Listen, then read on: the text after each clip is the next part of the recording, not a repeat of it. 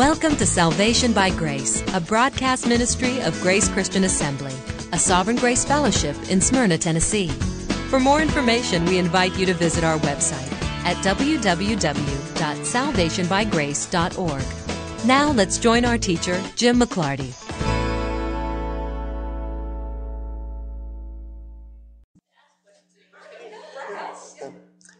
It's easy. It's real easy. Okay. Think collective group. All who are in Adam suffered Adam's fate, right? Which is sinfulness. All who are in Christ will end up having the benefits of Christ. Same all. So it's all as a collective group. Everybody in the human race was in Adam, and therefore they are all sinners. You can't say that that same group are all in Christ. Only those that belong to Christ are the all group that make up the Christ group. Right? So that wasn't hard. For as in Adam all die. Why does everybody die in Adam? Because in Adam we're all made sinners. The proof, according to the book of Romans, the proof that all men are sinners, that all men die. Anybody who wants to say, I'm not a sinner, no problem, live forever. Just do that, and we believe you. That's so easy. Just don't die. Don't get sick, don't die. And then you're clearly not a sinner. But if you get sick and die, you're a sinner. It is sin that is killing us all. So he says, for as in Adam all die, even so in Christ shall all be made alive.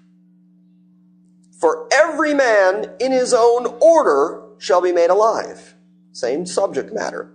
Christ is the first fruit of this being made alive. Afterwards, those that are Christ at his coming. Got that? First, Christ was made alive. The next group that will be resurrected like Christ was are those that belong to Christ when he comes. Isn't that clear? He then says, and then comes the end when he shall have delivered up the kingdom to God, even the Father, when he shall have put down all rule and all authority and all power. We know what that is now. That's the kingdom that's coming. That's the promise of the return to take up the kingdom. So look at the order he put it in. First, Christ is going to resurrect. Then he's going to resurrect his people when he comes. And then comes the day of the Lord, the end, when he will put down all principalities and powers and when he will take up his kingdom. Is that pretty obvious there? Okay, just wanted to give everybody a chance to say, well, no, it doesn't mean that. In order so far, first, Christ is going to resurrect. The next group are going to be those that are his, and then comes the end. Now, however else we define the end, or how long we say it's going to take, this is still the order that he wants us to understand. Now, he's going to delineate the order even more when he starts writing to the Thessalonians, because they want more clarification. Okay, I get it. Before the end, he comes for his own, but is that at the beginning of the 7 years? Is that in the middle of the 7 years? Is that at the end of the 7 years? Is that what you're asking? Well, it says at his coming. And he doesn't come until, like, his actual coming. Yeah. Oh, okay, good. Let me clear that up for you. Yeah.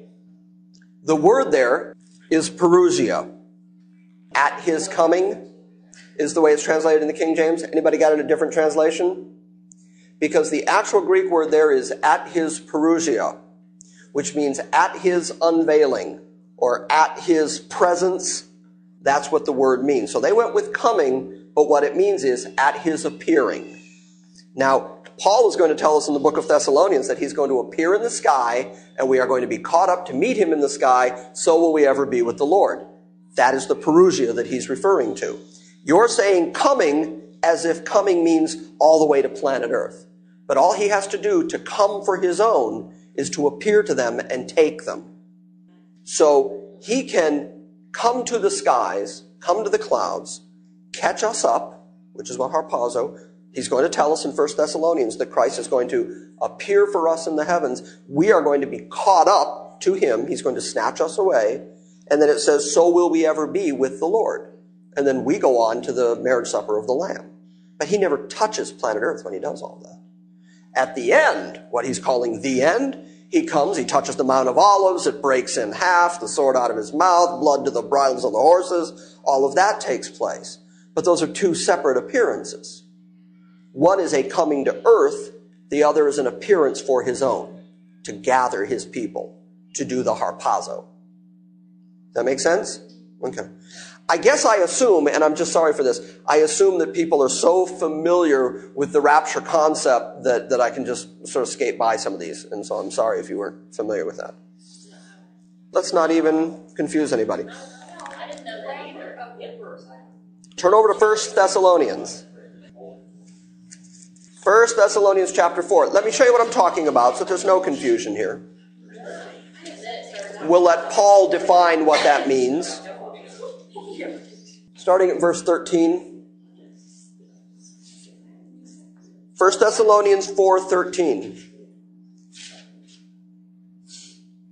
I would not have you to be ignorant, brethren, concerning them that are dead, that you would sorrow not even as others which have no hope. For if we believe that Jesus died and rose again, even so them also which are dead in Jesus will God bring with Jesus when he comes back. For this we say unto you by the word of the Lord, that we which are alive and remain unto the coming of the Lord shall not prevent or have any advantage over them which are asleep. For the Lord himself shall descend from heaven with a shout, with the voice of an archangel, with the trump of God, and the dead in Christ shall rise first. There's your resurrection. Then we which are alive and remain shall be harpazo, caught up together with them into the clouds, to meet the Lord in the air, and so shall we ever be with the Lord. Wherefore comfort one another with these words. Okay, wait. That's this. Okay. Coming for his own. Coming for his own. Yeah. Okay, just last week you said... Did you just say, I've never read that? That's remarkable. It's wonderful that you finally got to. But that's what Paul calls the blessed hope. I mean, of course, keep in mind that the day of the Lord, we're all Yeah. about that. Right. But just before the day of the Lord and all that, the church is gone. The church is taken. Yeah. Oh, well, I'm glad you finally did hear it, because that's the blessed hope. Okay, yes? If we're talking about the rapture, Yes, we are. but back here we're talking about a resurrection. Yeah, last week you Ah, there see, is no soul sleeping. you're the one who made me rush ahead. I'm doing this systematically. See how... But I rushed ahead for your sake. Let's give me credit because that was me. But no, you're right. That's okay. That's okay. There is no such thing as soul sleep. Right. Right. It's no problem. That's what we're here for, is to get this stuff out and clear up these things. On behalf of everyone at Grace Christian Assembly, we thank you for listening to this week's Salvation by Grace message. Remember to visit us on the internet at www.salvationbygrace.org. And we invite you to join us next time when we gather around the Word and study the sovereign grace of God.